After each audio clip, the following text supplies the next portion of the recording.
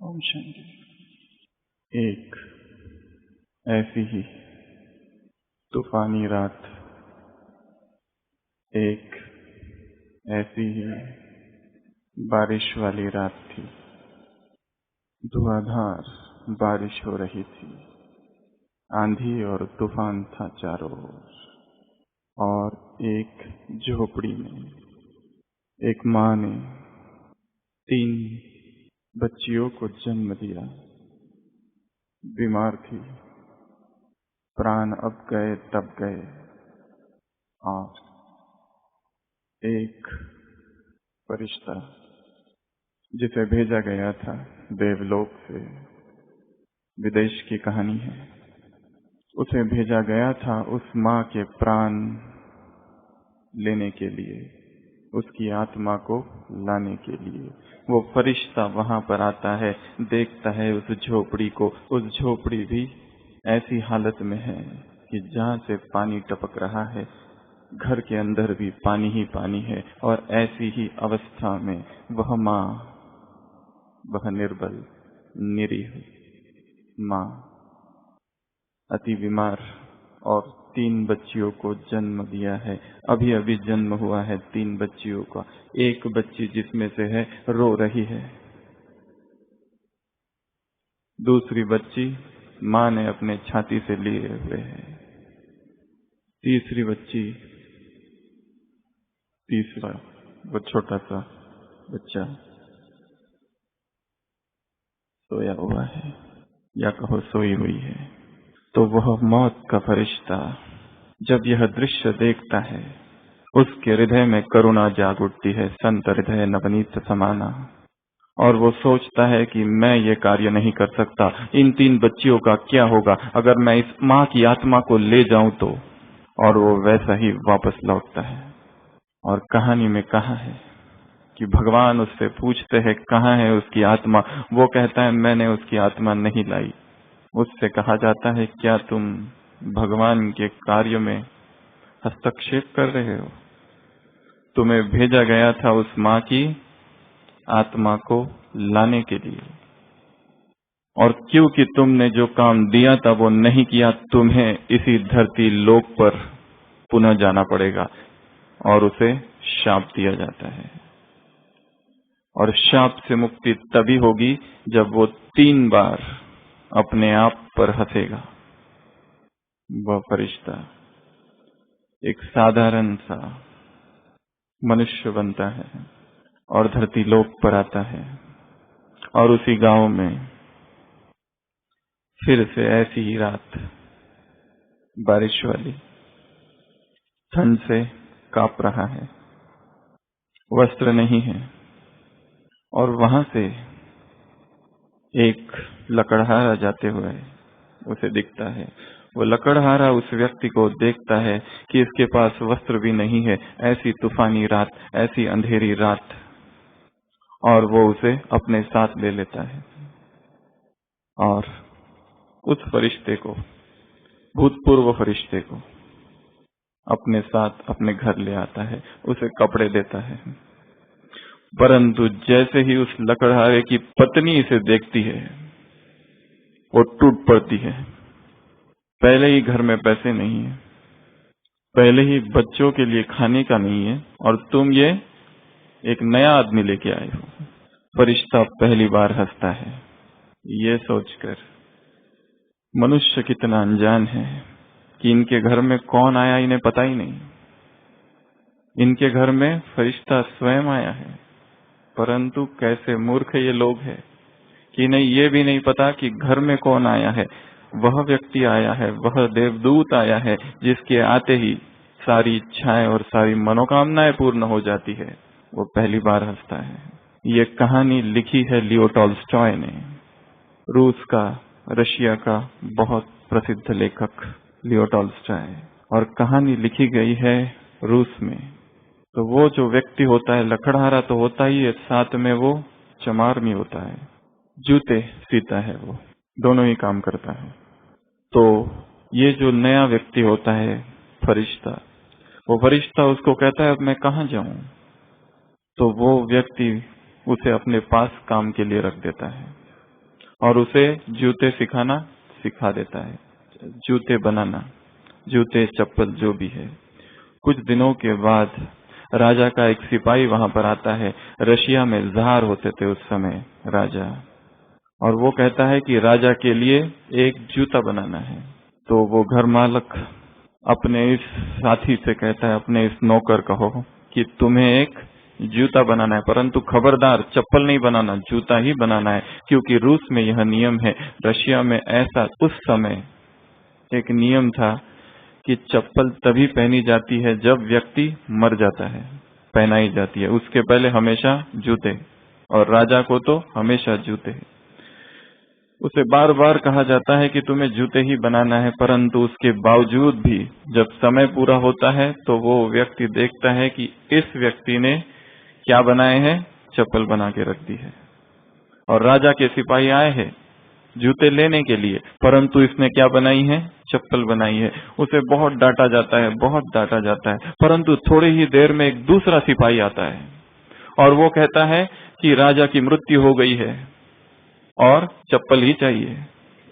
वो भूतपूर्व फरिश्ता दूसरी बार हंसता है कि राजा सोच रहा था कि वो चप्पल जूते पहनेगा, पर उसे ये तो खबर ही नहीं थी कि उसकी मृत्यु सामने है। फिर से मनुष्यता की मूर्खता पर और अपनी ही मूर्खता पर भी वो हंसता है कि मैं क्या सोचता था और हो क्या रहा है। कुछ समय के बाद ये जो फरिश्ता होता है इतना कुशल कारीगर होता है कि उसके वजह से वो पूरा घर बहुत अमीर हो जाता है। वो जो लकड़हारा जो था या फिर जो चमार था वो बहुत अमीर हो जाते हैं, और एक दिन उनकी बहुत बड़ी दुकान बन जाती है, और दुकान पर एक बहुत रईस महिला आती है अपनी 3 बेटियों के साथ, और वो फरिश्ता उसे पहचान लेता है, वो 3 बेटियों को पहचान लेता है। ये तो वही है। कौन? वही जिनकी माँ गुजर गई थी। वो अब इस माँ से पूछता है क्या ये तुम्हारी बेटियां है? वो कहती है कि इनकी माँ तो वो अभागी थी, अच्छा होगा मर गई। अगर ये बेटियां उसी गरीब माँ के पास होती तो आज इनको ये जो सुख मिल रहा है वो नहीं मिलता। वो तो मैंने इन्हें दत्तक एडॉप्ट कर लिया, उसके वजह से इनका जीवन ही बन गया है। फरिश्ता फिर हंसता है अपने आप पर, स्वयं पर हंसता है। व्यक्ति दूसरों पर बहुत जल्दी हंसता है, परंतु जब वो स्वयं पर हंसता है तब उसके अंदर जो मैं है वो थोड़ा घटता है, थोड़ा कम होता है, और जब दूसरों पर हंसता है तब वो बढ़ता है। और यही मैं, और यही मैं का भाव, और यही मैं का अंधकार, और इसी अहंकार का अंधकार उसे दौड़ाता है, उसे पागल करता है, उसे विक्षिप्त करता है, उसे एक ऐसी लंबी दौड़ में ले जाता है जो कि उसका प्राण रस हो जाता है, परंतु फिर भी अतृप्त रहता है। आज हम जिस विषय पर चर्चा करने जा रहे हैं वो इसी से संबंधित है। हम देह की किसी बीमारी की चर्चा आज नहीं करने वाले हैं। शायद किसी ने सोचा होगा कि किसी देह की बीमारी की चर्चा करेंगे। हम चर्चा करने वाले हैं मन की एक बीमारी की। हम चर्चा करने वाले हैं मन के मधुमेह की, डायबिटीज ऑफ प्योर माइंड। साधारण मन की नहीं, उस मन की जो पवित्र हो चुका है, वह मन जिसने काम को छोड़ दिया है, लोभ को छोड़ दिया है, मोह को छोड़ दिया है, क्रोध को छोड़ दिया है। चित्र है यहाँ पर। सबसे पहले दीवार है नोकीली, व्यक्ति गिर गया। आगे है क्रोध का अग्निचक्र, उससे भी पार हो गया। आगे है लोभ, आगे है मोह, और उसके बाद है एक विशालकाय पर्वत। मैंने विकारों को जीत लिया। जैसे ही यह भाव आया वैसे ही धड़ाम से नीचे। भारत वर्तमान समय मधुमेह डायबिटीज का कैपिटल बन चुका है। 2016 के जो आंकड़े हैं उसमें भारत में लगभग या उससे कहीं अधिक 5 करोड़ से भी ज्यादा लोग ऐसे हैं जिनको डायबिटीज की बीमारी है। उसमें से 35 लाख लोग डायबिटीज या डायबिटीज से होने वाली जो जटिलताएं हैं, जो कॉम्प्लिकेशंस है, उससे मरे हैं। सारे विश्व भर में 2016 WHO वर्ल्ड हेल्थ ऑर्गेनाइजेशन विश्व स्वास्थ्य संगठन के फिगर है 14.2 करोड़ विश्व भर में डायबिटीज के मरीज है। तो आज हम मन के इस रोग की चर्चा करेंगे। वैसे बहुत पुराना रोग है। ईसा के 1500 साल पहले मिस्र की सभ्यता में इसका वर्णन है। रोम की सभ्यता में जहां पर गैलेन था, उसने अपने जीवन वृत्तांत में लिखा है कि उसने 2 ऐसे मरीज देखे थे जिनको ये बीमारी थी। भारत में ईसा के 400 और 500 वर्ष बाद सुश्रुता और चरक, मधुमेह इसे कहा है। मधु अर्थात हनी, मेह अर्थात पेशाब, यूरिन, ऐसी पेशाब जिसमें मिठास है, जिसमें चींटियां बैठ जाती है। डायबिटीज कहा। डायबिटीज अर्थात टू फ्लो थ्रू, पास होना, जाना, साइफन थ्रू। मेलाइटस शब्द बाद में जोड़ा गया। मेलाइटस अर्थात बहुत मीठा। ये बीमारी एक ऐसी बीमारी है जिसमें शरीर में जो एक ग्रंथि है पैनक्रियाज, उसमें से निरंतर इंसुलिन का सिक्रीशन होता है और शरीर में हमारे जो रक्त में शुगर है, शर्करा, चीनी, जो भी कहो, उसकी मात्रा को संतुलित करता है। यदि इंसुलिन कम हो जाए तो शरीर में शुगर बढ़ जाती है। अगर इंसुलिन बढ़ जाए तो शक्कर कम हो जाती है। जिस शक्कर की हम बात करने वाले हैं वो स्थूल वाला ग्लूकोज नहीं है।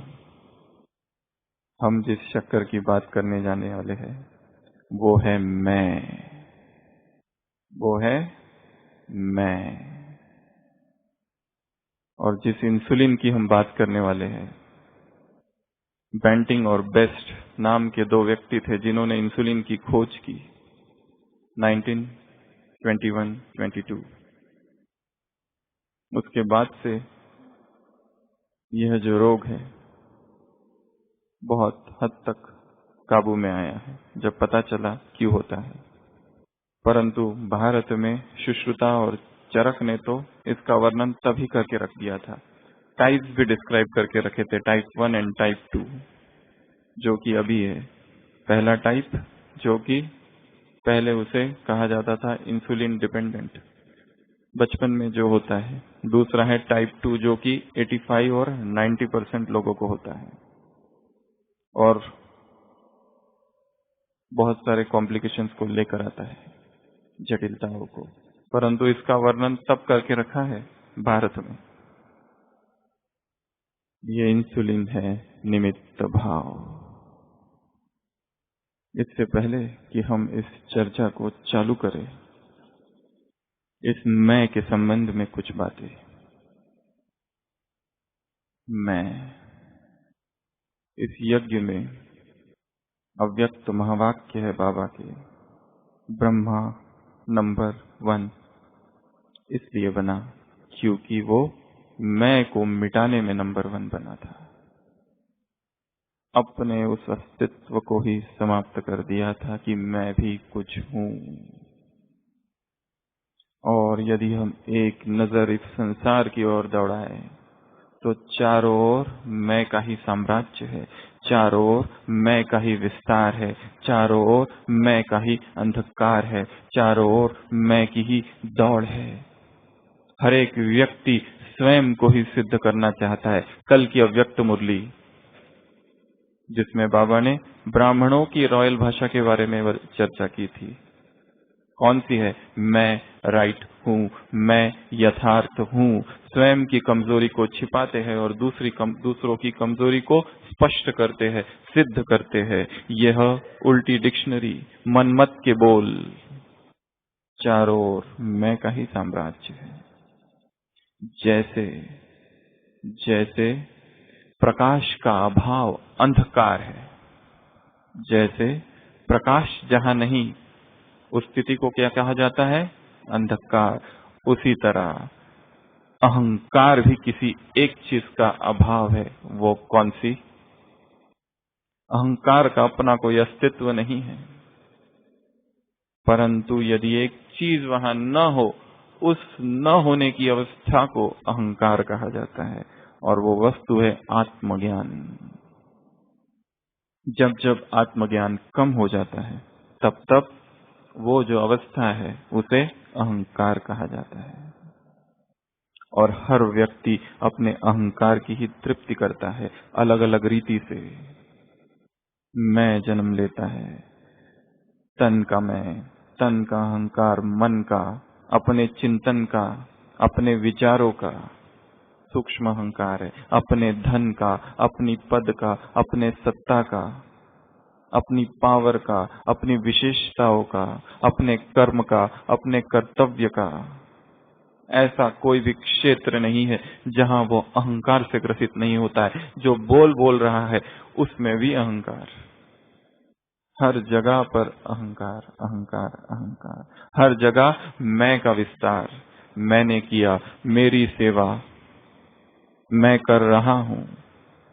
जर्मन में एक बहुत सुंदर वृत्तांत आता है कि वहां पर एक व्यक्ति ने बहुत तपश्चर्या की, इतनी तपश्चर्या की कि देवदूत प्रकट हुए। उस देवदूत ने पूछा कि क्या चाहिए तुम्हें, बताओ। उस व्यक्ति ने कहा, ऐसी एक चीज दे दो कि आज तक वो चीज संसार में किसी को भी नहीं मिली हो, ना कभी मिली और ना किसी को मिलेगी। ऐसी कोई अद्भुत चीज मुझे चाहिए, ऐसी कोई उपलब्धि, प्राप्ति। तो उस देवदूत ने बहुत सोचा और बाद में कहा, मैं तुझे एक ऐसी चीज देता हूं जो आज तक किसी को नहीं दी। आज के बाद तेरी परछाई धरती पर नहीं गिरेगी। वो व्यक्ति इतना खुश हो गया कि आज तक ऐसा कभी सुना भी नहीं कि मैं चलूं रास्ते से और मेरी परछाई न हो। वो धूप से चलने लगा और देखने लगा, मेरी परछाई ही नहीं। उसको लगा कि मेरा तो इतना सम्मान होगा कि इस धरती पर मैं पहला व्यक्ति ऐसा हूं कि जिसकी परछाई नहीं गिर रही है। वो अपने गांव पहुंचा और लोग डर गए। उन्होंने कहा, जरूर कुछ गड़बड़ है। ऐसा तो हमने केवल दो ही लोगों के बारे में सुना था, देवता और भूत प्रेत। देवता तो ये है नहीं, जरूर भूत प्रेत। जहां से जा रहा है लोग अपने अपने घरों के दरवाजे बंद कर रहा है। अपने घर वो पहुंचा, परंतु बच्चे की आवाज सुनी, मम्मी डैडी भूत बन गए। दरवाजे बंद हुए। अपने दुकान पर गया, वहां दरवाजे बन गए। जहां पर गांव में जा रहा है वहां लोग दूर दूर भाग रहे, क्योंकि सभी देख रहे इसकी तो परछाई ही नहीं। बाद में उसे इतना पश्चाताप हुआ कि इतनी तपस्या की थी और ऐसा वरदान भी मांगा था, परंतु हो क्या गया है? ये वरदान तो अभिशाप हो गया है। उस कहानी में उसकी परछाई खो गई थी, आत्मा थी। आज के युग में व्यक्तियों की परछाई है, क्या खो गई है? आत्मा खो गई है। वो जो छाया है वो अहंकार है। हर व्यक्ति उस अहंकार, उस परछाई को ही लेकर चल रहा है, परंतु आत्मा खो चुकी है। ऐसी हर एक की स्थिति है। बाबा ने हमें एक नई बात बताई है, वो है निमित्त भाव की। और निमित्त भाव का ये जो इंसुलिन है, ये जब कम हो जाता है तब क्या बढ़ जाती है? शुगर बढ़ जाती है। मैं कि यह शुगर का बढ़ जाना ही अहंकार है।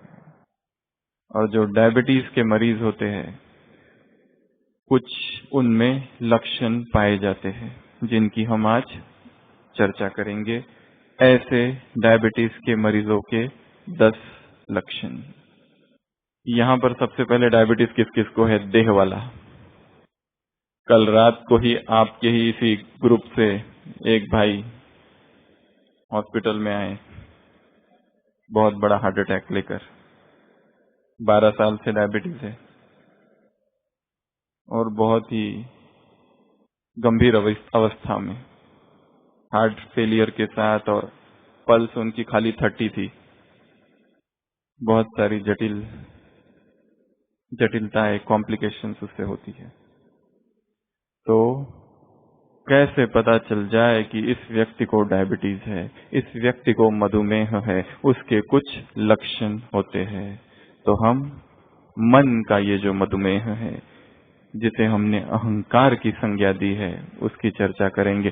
सबसे पहला जो सिम्टम दिखाई पड़ता है और जिस सिम्टम के साथ, जिस लक्षण के साथ मरीज डॉक्टर के पास जाता है, वो है कि भूख बहुत ज्यादा लगती है। उसे मेडिकल लैंग्वेज में कहते हैं पॉलीफेजिया।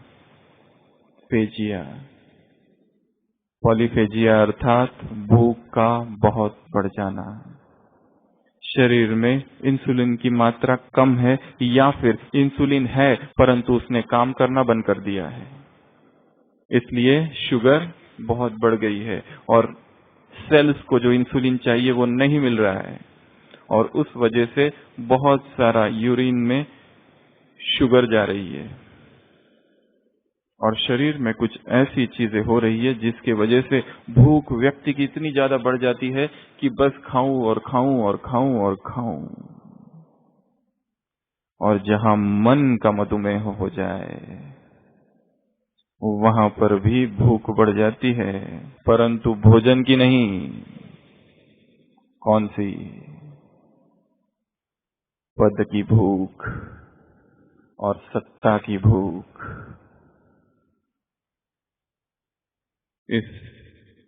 हम उन आत्माओं की बात कर रहे हैं जो धारणा स्वरूप है, जो ब्राह्मण बन चुके हैं, जिन्होंने विकारों का त्याग कर दिया है, जो अमृत वेला करती है, जो मुरली सुनती है, जो बहुत सेवाएं करती है, उनकी बात कर रहे हैं हम। उनकी बात तो कर ही नहीं रहे।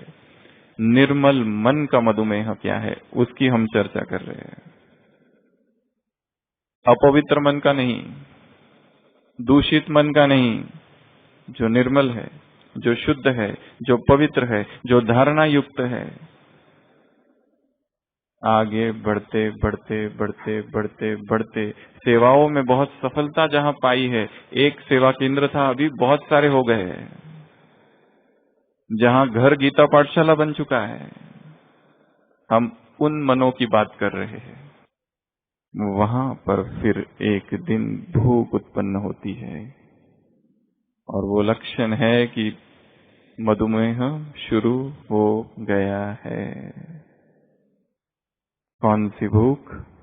पद की, हेड बनने की, इंचार्ज बनने की, पावर की, सत्ता की। इस परिवार में सत्ता, व्यक्ति की, कोई व्यक्ति चाहिए, वस्तु की, वस्तुएं चाहिए। अज्ञान में इतनी वस्तुओं की आवश्यकता नहीं, ज्ञान में आने कर व्यक्तियों की आवश्यकता बढ़ गई है। नाम है सेवा, वैभव की। यह भूख, इस भूख का इस तरह बढ़ जाना, अर्थात निमित्त भाव कम हो जाना, अर्थात यह भूल जाना कि ये चला कौन रहा है, अर्थात यह समझ लेना कि सब कुछ मैं ही कर रहा हूं और मुझे ही करना है, और ये भूल ही जाना कि बैठा वो है। क्या हमारी ऐसी कोई भूख तो नहीं है? क्या इस संसार से मान, सम्मान, प्रतिष्ठा, कीर्ति, पाकर आत्मा कभी तृप्त हो सकती है। आत्मा अनंत है, अनंत को अनंत ही संतुष्ट कर सकता है, अनंत को अनंत ही तृप्त कर सकता है। अनंत को इस संसार के आदि अंत वाली चीजें कभी भी तृप्त नहीं कर सकती। कितना भी पद मिल जाए और कितनी भी सत्ता हाथ में आ जाए, सब कुछ जाएगी। स्वयं को देखना है, कहीं मेरी ऐसी भूख तो नहीं बढ़ गई, और ये भूख आज तक किसी की नहीं मिटी। कौन है ऐसा द्वापर से अब तक जिसकी ये भूख मिटी? कोई नहीं। तो पहला लक्षण है डायबिटीज का पॉलीफेजिया। दूसरा लक्षण पॉलीडिप्सिया। पॉलीडिप्सिया अर्थात बहुत प्यास लगना, बहुत प्यास लगना। पानी पीते रहूं, पीते रहूं, पीते रहूं, पानी पानी। हमारे पास मरीज इसी कंप्लेंट के साथ आते हैं कि भूख प्यास बहुत लग रही है। शुगर चेक करते हैं तो 500, 600, 700। अभी अभी आबू की एक माता एडमिट हुई थी आईसीयू में, 800 शुगर थी फर्स्ट, और उसने कहा मुझे तो पता ही नहीं, मेरा तो सब ठीक चल रहा है, मैं तो ऐसे ही आई थी रूटीन चेकअप। और उसमें पता चला। एक छोटा सा बच्चा आता है हमारे पास कहीं से, सिरोही से, छोटा सा बच्चा है, उसकी शुगर 900 और 1000 के आसपास रहती है, गरीब है, इंसुलिन ले नहीं पाता है। भूख, पहला था भूख, दूसरा है प्यास। इसमें आपका मेडिकल का थोड़ा ज्ञान बढ़ जाएगा क्लास के दौरान। कौन सी प्यास? उधर तो पानी की प्यास बढ़ती है, और इधर नाम की, सम्मान की। मेरा नाम हो जाए, मुझे सम्मान मिले, यह प्यास। क्या ये प्यास भी आज तक किसी की बुझी है? एक इच्छा दूसरी इच्छा को जन्म देती है।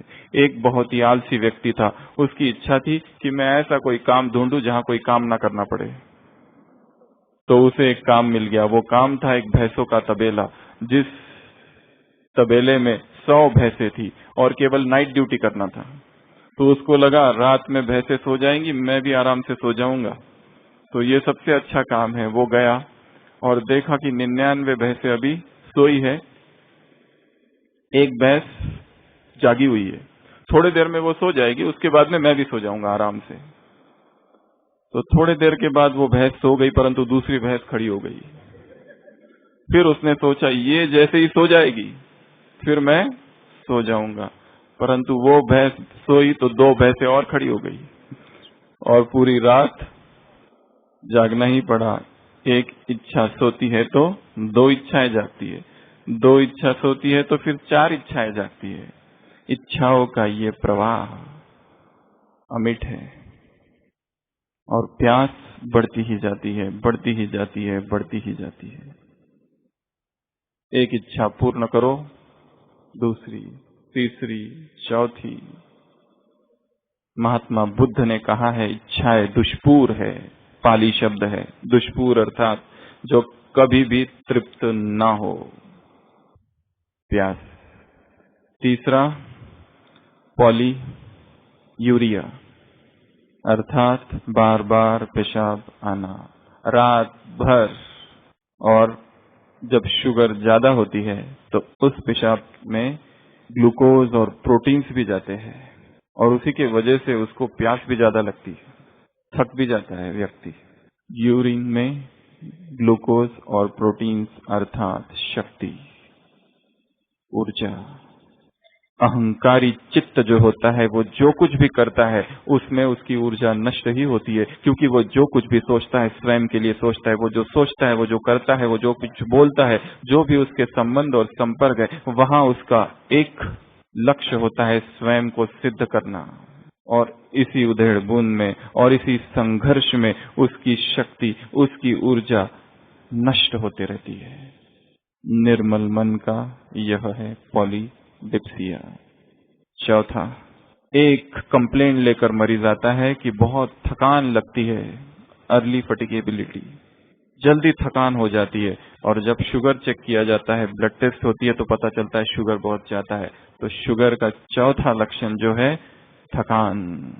अहंकारी मन जो है वो भी थकता है। और ऐसे अहंकारी मन को उसके संकल्प ही थकाते हैं, क्योंकि एक एक संकल्प में मैं है। लेविस कैरोल के लिखी गई एक कहानी है, विदेश में सबने सुनी होगी, एलिस इन वंडरलैंड। छोटे बच्चों की कहानी है, टीवी पर दिखाते हैं। उसमें एक छोटी सी बच्ची है, एलिस नाम की। एक दिन अचानक वो देखती है कि एक खरगोश जिसमें कपड़े पहने और जिसके पास घड़ी है, और वो अपनी मांद में चला गया है, अपने बिल में। तो वो उस खरगोश का पीछा करती है और वो भी उसमें घुस जाती है और नीचे नीचे नीचे नीचे उतरती है और एक नए जगत में पहुंच जाती है, एक स्वर्गलोक में। वहां पे सब कुछ अद्भुत है, वहां पर प्राणी बात कर रहे हैं। एक वंडरलैंड में वो एलिस पहुंच जाती है। वहां पर उसको दिखाया है कि एलिस खड़ी है, सुबह का समय है और उसे भूख बहुत लगी है, प्यास बहुत लगी है, और वो देख रही है चारों ओर। देखती है एक रानी है जो एक दरख्त, एक झाड़ के पास खड़ी है और उसके हाथों में थाल है। वो एलिस भागती है, वो रानी उसे पुकारती है, आजा एलिस आजा। और वो भाग रही है क्योंकि उसे प्यास लगी है, उसे भूख लगी है। वो भाग रही है, भाग रही है, भाग रही है, भाग रही है। सुबह से भागना चालू करती है दोपहरी तक। परंतु वो जो अंतर है दोनों के बीच का उतना ही है।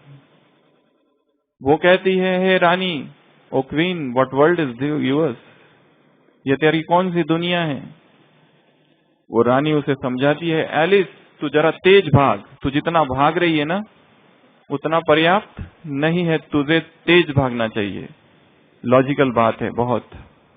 उसे भी लगता है हाँ शायद मैं कम भाग रही हूँ, मुझे तेज भागना चाहिए तो मैं लक्ष्य तक पहुंचूंगी। और तेज भागती है और तेज भागती है। शाम हो जाती है, एलिस थक के नीचे गिरती है, वो अंतर उतना ही है। और फिर जोर से चिल्लाती है, O queen, what world is yours, ये तेरी कौन सी दुनिया है। वो क्वीन, वो रानी हंसती है और कहती है, एलिस ये दुनिया जो है वो तेरी दुनिया जैसी ही है, जहां पर कोई कहीं पर भी नहीं पहुंचता,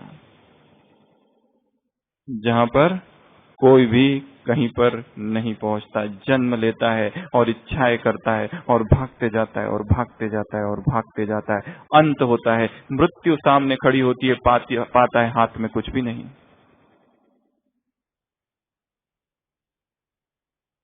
अहंकारी चित्त भी ऐसा ही भागता है, ऐसा ही दौड़ता है, ऐसे ही बड़े बड़े लक्ष्य रखता है और उन तक पहुंचना चाहता है। परंतु religious mind is a non ambitious mind, ये वो भूल जाता है। एक धार्मिक चित्त जो होता है वो उच्चाकांक्षी नहीं हो सकता। उच्चाकांक्षा अर्थात संसार की ओर दौड़।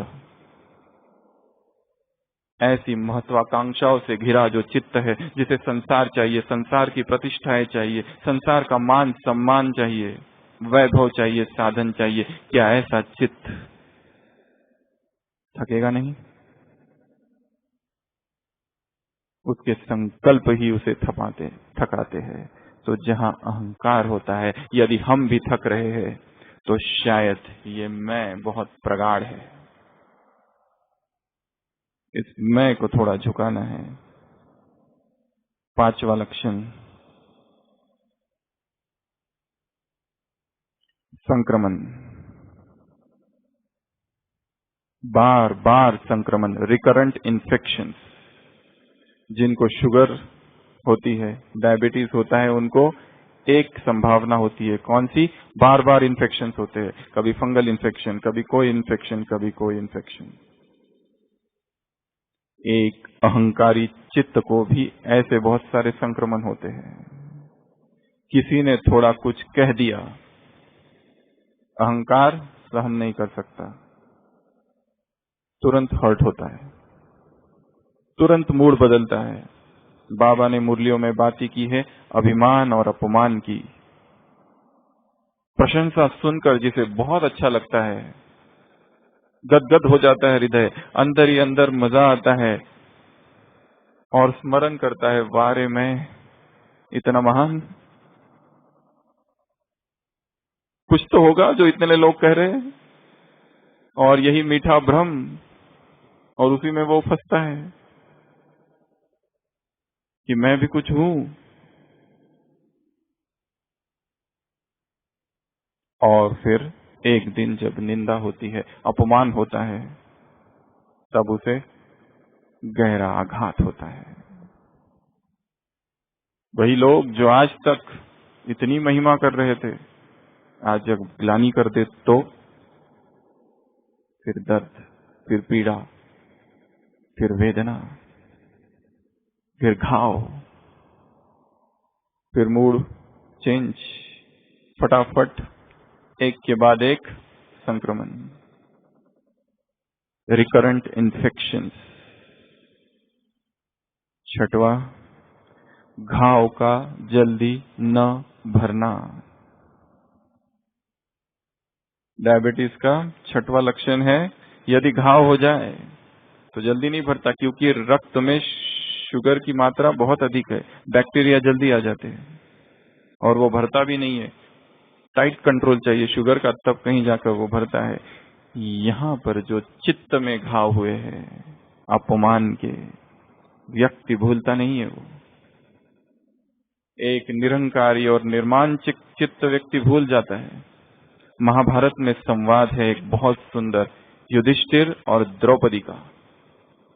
ये संवाद तब है जब द्रौपदी ने अभी अभी दुर्योधन का अपमान किया हुआ है। कुछ दिनों पहले दुर्योधन गिरा है इंद्रप्रस्थ में, ऊपर से द्रौपदी हंसी, दुर्योधन चुपचाप वहां से चला गया। उसके बाद युधिष्ठिर और द्रौपदी का संवाद है, जिसमें युधिष्ठिर द्रौपदी से कहता है, क्या ये सत्य है कि तुमने उसे कहा अंधे की औलाद अंधा? द्रौपदी कहती है, हाँ मैंने कहा, और मैंने ऐसे ही कहा। युधिष्ठिर कहता है, दुर्योधन उन व्यक्तियों में से नहीं है जो इस तरह के अपमान भूल जाए। वो अहंकारी चित्त है। जो घाव से हुआ होगा वो बहुत गहरा होगा और इसके परिणाम एक दिन घातक होंगे। अहंकारी चित्त पर हुए सारे घाव गहरे होते हैं, लंबा समय तक चलते हैं। और उसी तरह निरंकारी जो चित्त होता है, ऐसी कोई चीजें उसे प्रभावित नहीं करती है। ज़ेन स्टोरीज में दिखाया है, ज़ेन मास्टर रिंझाई वो लिखता है कि मैं अपने गुरु के आश्रम में 30 साल तक था और एक दिन मैंने ऐसा किया कि गुरु का जो आसन था उस पे जाके बैठ गया गुरु आने से पहले, और बाद में गुरु आए और वो चुपचाप नीचे मेरे स्थान पर बैठ गए। मैं देख रहा था ये कुछ कहेंगे, पर उन्होंने कुछ भी नहीं कहा। फिर मैंने ही उनसे पूछा कि कहीं आप अपमानित तो नहीं हुए? बॉस के सीट पर जाके कोई बैठ जाए और बॉस आके देखे कि मेरे सीट पर वो है तो क्या करेगा? ऑफिस की बात ले लो, हमारी बॉस के सीट पे कोई एम्प्लॉय जाकर बैठ जाए और फिर बॉस आके देखे तो क्या करेगा? तो वो गुरु चुपचाप जाकर उसकी सीट पर बैठ जाते हैं नीचे। और वो जब पूछता है कि क्या आप अपमानित नहीं हुए, वो कहते हैं अपमानित की क्या बात है, मुझे तो बहुत खुशी है। तुम यहाँ आए थे तो छात्र थे, छात्र से शिष्य बने, अब शिष्य से गुरु बन गए, अब मेरा काम तुम ही करो। जो निरंकारी चित्त है वहां पर घाव तो होता ही नहीं है, और घाव यदि हो भी गया तो मिट जाता है। परंतु डायबिटीज चित्त जो है, ऐसा डायबिटिक चित्त, ऐसा डायबिटिक माइंड, जहां पर मैं की शुगर इतनी ज्यादा है और जहां पर इंसुलिन काम नहीं कर रहा है या है ही नहीं, वहां पर घाव होते हैं। छठवा। सातवां, त्वचा सूखी हो जाती है। एक लक्षण है डायबिटीज का, ड्राई स्किन। डायबिटिक चित्त जो है वो भी सूखा हो जाता है। कौन सा सूखापन और कौन सा रूखापन यहाँ आ जाता है? कोई आनंद नहीं, क्योंकि सारा समय स्वयं को जिद और सिद्ध करने में जा रहा है, तो वहां आनंद कैसे आएगा? नाम मात्र कह रहे हैं केवल कि मैं निमित्त हूं, अंदर से मैं, और कहने के लिए मैं निमित्त हूं, वो भी निमित्त मात्र। क्योंकि ब्राह्मणों के समाज में ऐसी परंपरा है कि ऐसा सभी कहते हैं कि हम निमित्त है और कराने वाला बाबा है, परंतु अंदर से मैं धक्के दे रहा है, मैं, और मुख कह रहा है हम निमित्त है। भाषण की शुरुआत वहां से, फिर वो बाजू में रख के मैं, मैंने ये किया, मैंने वो किया, मैंने ऐसा किया, मैंने वैसा किया, मैं ये भी हूं, मैं वो भी हूं, मैं ये भी करता हूं, मैं यहां गया, मैं वहां गया, मैं याऊं, मैं त्याऊं। अगर ऐसा मन है तो क्या उसमें आनंद हो सकता है? क्या उसमें प्रेम हो सकता है? क्या उसमें वह परमात्मा प्रेम से उत्पन्न वह आनंद हो सकता है? रूखा सूखा पुरुषार्थहीन जीवन है वो, जहां मैं बढ़ रहा है। इस ज्ञान योग का लक्ष्य है मैं समाप्त हो जाए। यदि इस ज्ञान योग में आने के बाद मैं बढ़ रहा है तो जरूर कुछ ना कुछ तो गलती हो रही है। अगला है 8वां, अनएक्सप्लेन्ड वेट लॉस, वजन का कम हो जाना। मरीज आकर कहता है कि वजन कम हो रहा है, चेक करो तो शुगर हाई। जो डायबिटिक माइंड है उसका वजन कम हो जाना अर्थात ज्ञान और योग का वजन कम हो जाना। जब ज्ञान में आए थे तो बहुत उमंगे थी, बहुत ऊंचे संकल्प थे, तपस्वी बनना है, योगी बनना है, बहुत तपस्या करने हैं। ज्ञान में अभी चल रहे 10 साल हो गए, 20 साल हो गए, पता नहीं कहाँ खो गया है। इतना कुछ देख लिया कि देखते देखते ये सारा ज्ञान और योग जैसे कम हो गया, पुरुषार्थहीन हो गया है जीवन। कई ऐसे लोग मिलते हैं जो कहते हैं पता नहीं पिछला अमृत वेला कब किया था, याद ही नहीं। यहाँ जब मधुबन में आते हैं तब कहीं भट्टी या ऐसा कुछ सेवा का प्रोग्राम होता है, तब यहाँ से अमृत वेला करना चालू होते हैं। वहां जाते हैं सब खत्म। ये ब्राह्मणों के शब्द है, जिन्हें सारी धारणाएं पता है उनके। ज्ञान कम हो जाना, योग कम हो जाना, ज्ञान का महत्व कम हो जाना, ज्ञान का चिंतन कम हो जाना। मुरली केवल मुरली रह गई है, बस उसका चिंतन भी करना है, उसका मनन भी करना है, उसका अध्ययन भी करना है, उसकी गहराई में भी जाना है, ये तो भूल ही गया है।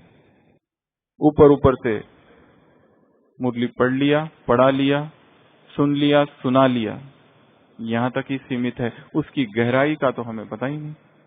9th, डायबिटिक पेशेंट को नमनेस होता है, सुन होने लगते हैं हाथ और पांव। ऐसे अगर बैठ जाओ तो पूरे पैरों में चींटी आ जाती है, हाथों में झंझनाहट, tingling and numbness. Diabetes 3 system को अफेक्ट करती है सबसे ज्यादा। एक नर्वस सिस्टम, तंत्रिका तंत्र, दूसरा किडनी और आंख। आंख रेटाइनोपैथी, नेफ्रोपैथी और न्यूरोपैथी, ट्रायोपैथी कहते हैं इसे। कई लोग होते हैं डायबिटीज विद ट्रायोपैथी, ऐसा उनका डायग्नोसिस होता है। तीनों ही सिस्टम अफेक्ट हो गए। हम बात कर रहे हैं टिंगलिंग एंड नमनेस, सुन होना। जहां मन का मधुमेह हो जाता है, ऐसा अहंकारी चित्त जो होता है उससे भी सुनपन आ जाता है, वो चित्त सुन हो जाता है, संवेदनाहीन हो जाता है, संवेदना शून्य हो जाता है। फिर वो नियम, फिर वो मर्यादाएं, फिर वो श्रीमत, केवल दिखावे मात्र, केवल एक आडंबर, केवल एक शो ऑफ, परंतु अंदर से उनके प्रति कोई सजगता नहीं, उनके प्रति कोई जागरूकता नहीं, उनके प्रति कोई अवेयरनेस नहीं। ये अहंकारी मन की दशा है। बहुत सारी चीजें रोज मुरलियों में नई नई कितनी सारी बातें आती। आज ही की मुरली में कहा है आपस में रिपीट करो, आया है एक जगह। मुरली को क्या करो? रिपीट करो, दोहराओ, रिवाइज करो। ऐसी पावरफुल पॉइंट्स मुरलियों में आती है। उनके प्रति संज्ञाहीन हो जाना, कोई जागरूकता ही नहीं, ऐसा लगना कि ये सब तो वही है रोज रोज का। पकड़ने की जो पावर है वो कम हो जाना, इसको कहेंगे टिंगलिंग एंड नमनेस। नम हो गया है, सुन हो गया है चित्त, वही वही बातें सुनकर, वही वही शब्द सुनकर अब उसके विचार चल नहीं रहे। ज्ञान का चिंतन नहीं, व्यर्थ का ही चिंतन है। 10वां, ब्लरी विजन, आंखों से दिखना कम होना, धुंधला सा दिखना। क्योंकि डायबिटीज जैसे जैसे रेटिना को अफेक्ट करता है, आंखों में दिखना कम हो जाता है। ये ऐसे 10 लक्षण डायबिटीज मेलाइटस के हैं।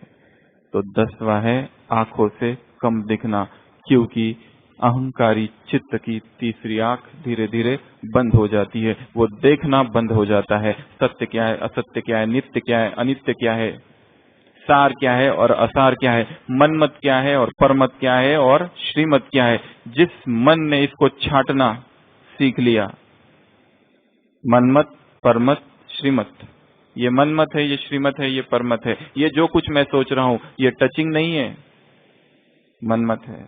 ये जो मैं सोच रहा हूं ये श्रीमत नहीं। अभी अभी मुरली चली थी पिछले संडे, दूसरों को सुख देने के लिए मैं ये कर रहा हूं। श्रीमत को छोड़कर किसी को सुख देना और फिर कहना ये श्रीमत है, सुविधाजनक श्रीमत, फिलॉसफी ऑफ कन्वीनियंस। अपनी सुविधा अनुसार श्रीमत को ढाल लेना, मॉडिफाई करना उसको, और फिर दूसरों को भी बताना कि यही श्रीमत है। और बाबा ने कहा है, बाबा कहते हैं बच्चे होशियार है, इतने चतुर है कि बाप को भी सिखाते हैं। बाबा आपने ही ऐसा कहा था इस मुरली में, इस तारीख में। दिखना कम हो जाता है।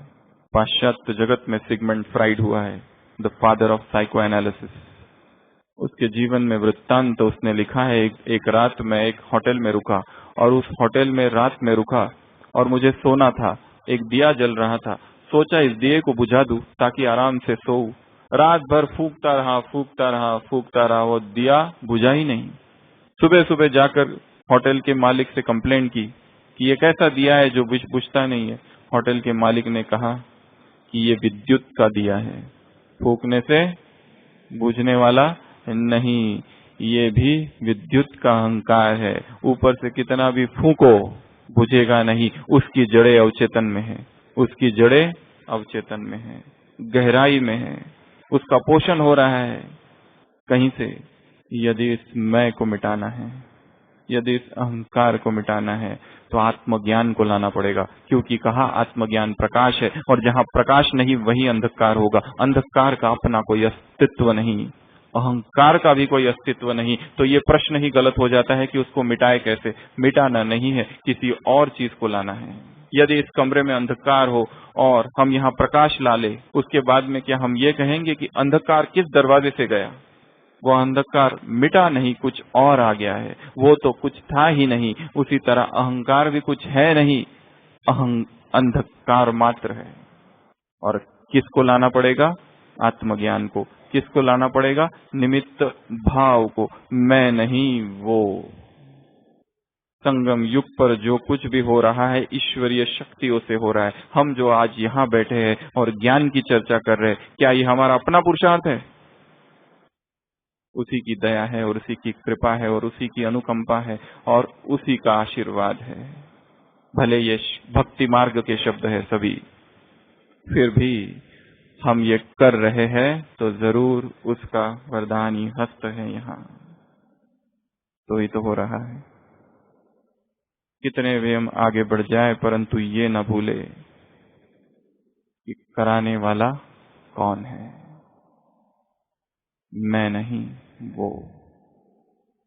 तो डायबिटीज के 10 लक्षण सुनाए। पहला पॉलीफेजिया, भूख लगना। दूसरा पॉलीडिप्सिया, बहुत प्यास लगना। तीसरा पॉलीयूरिया, बहुत पेशाब आना। चौथा थकान, फटीग।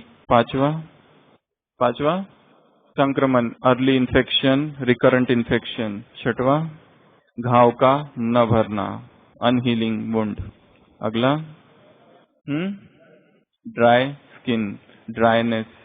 अगला वेट लॉस, वजन कम होना। अगला नमनेस, और लास्ट ब्लरी विजन। ये तो उसके खाली सिम्टम्स है, कॉम्प्लिकेशंस बहुत सारे हैं। हार्ट अटैक, डायलिसिस, किडनी खराब और फिर डायलिसिस, और फिर डायबिटिक फूट हो जाता है कभी कभी। जिस चित्त का डायबिटिक फूट हो गया वो फॉलो फादर कैसे करेगा? पैर में ही डायबिटिक फूट है तो फॉलो फादर चाहिए ना, पैर चाहिए अच्छे। जहां ब्लरी विजन है, कल की अव्यक्त मुरली दृष्टि से क्या करो? आत्माओं को मुक्ति और जीवन मुक्ति धाम का रास्ता का इशारा दिखाओ और अनुभव कराओ। उनको अनुभव हो कि ये मेरा असली घर है। यदि हम ही नहीं देख पा रहे, धुंधला सा है, दूसरों को कैसे अनुभव कराएंगे और इशारा देंगे और कहेंगे कि ये तुम्हारा असली घर है? कॉम्प्लिकेशंस। और ट्रीटमेंट, ट्रीटमेंट है एक्सरसाइज, ट्रीटमेंट है डाइट कंट्रोल, ट्रीटमेंट है, ये मोटो लोगों में ज्यादा होता है, टाइप 2 वेट लॉस। ट्रीटमेंट है कुछ मेडिसिन, ड्रग्स, गोलियां, जरूरत पड़ी तो इंसुलिन। एक्सरसाइज है अशरीरीपन की, एक्सरसाइज है निमित्त भाव की। वेट लॉस है विकर्मों का। दवाई कौन सी है? मनमना भव। कल की मुरली में था मनमना भव, जहां पर है वहां मन दुरुस्त होगा, कोई विकार मन में नहीं, कोई बीमारी नहीं होगी मन की। जहां संपन्न होंगे वहां इच्छा मात्र अविद्या होंगे। तो एक चीज अंत में कहेंगे और फिर इस क्लास को पूरा करते हैं। निमित्त भाव, एक भाव को कूट कूट के अपने अंदर भरना है और इस भट्टी से इस बात को लेकर जाना है कि मैं जो हूं और जैसा हूं और जो भी कर रहा हूं और जो भी विशेषताएं है और जो कुछ भी सेवाओं का विस्तार है, वो कुछ मैं नहीं, वो सब कुछ वो कर रहा है। जो हम बोल रहे हैं, कर रहे हैं, उसका है, उसके द्वारा है, उससे है। हम यज्ञ के हैं, हम यज्ञ से है, यज्ञ में है, यज्ञ है। वी आर यज्ञ, वी आर इन यज्ञ, वी आर फॉर यज्ञ, वी आर फ्रॉम यज्ञ, वी आर यज्ञ। इतनी रिस्पॉन्सिबिलिटी स्वयं में लानी है और निमित्त भाव को प्रगाढ़ करना है। कूट कूट के इस इंस्ट्रूमेंट फीलिंग को अपने अंदर भरना है कि जो कुछ हो रहा है ऐसा समर्पण भाव। कल बाबा ने कहा भोग लगाओ, स्वयं का ऑफर करो, अर्पण करो। किसको? स्वयं को, स्वयं के मैं को। तो वो उसे स्वीकार करेगा। पत्रम पुष्पम फलम तोयम यो मैं भक्त्या प्रयश्यति। भगवान कहते हैं कोई मुझे अनन्य भाव से जो कुछ भी स्वीकार कराता है, मैं उसे, चाहे पत्र हो, पुष्प हो, फल हो, मैं उसे स्वीकार करता हूँ। और हम किसे स्वीकार करा रहे? स्वयं को ही। थाली में हम स्वयं। तो ये रोग यहीं खत्म करना है और खत्म करने के लिए इंसुलिन की मात्रा सम्यक हो, निमित्त भाव हो। एक दूसरी भी चीज है कि ये इंसुलिन जब बहुत बढ़ जाता है तब शुगर कम हो जाती है। उसका एक दूसरा अर्थ भी है कि निमित्त भाव बहुत जाना, इसका एक दूसरा अर्थ है कि अकर्मण्य नहीं हो जाना है या इंफीरियोरिटी कॉम्प्लेक्स नहीं आ जाना है। एक तरफ तो है सुपीरियोरिटी कॉम्प्लेक्स, दूसरा है इंफीरियोरिटी कॉम्प्लेक्स या फिर अकर्म। वो करेगा, ये एक उल्टा रूप है उसका। ये हाइपोग्लाइसीमिया वाले सिम्टम्स है जिसमें इंसुलिन ज्यादा हो जाता है बहुत, तो पेशेंट की शुगर डाउन हो जाती है, वो भी खतरनाक है तो अपने अंदर निमित्त भाव को फिर से जागृत करना है। ओम शांति।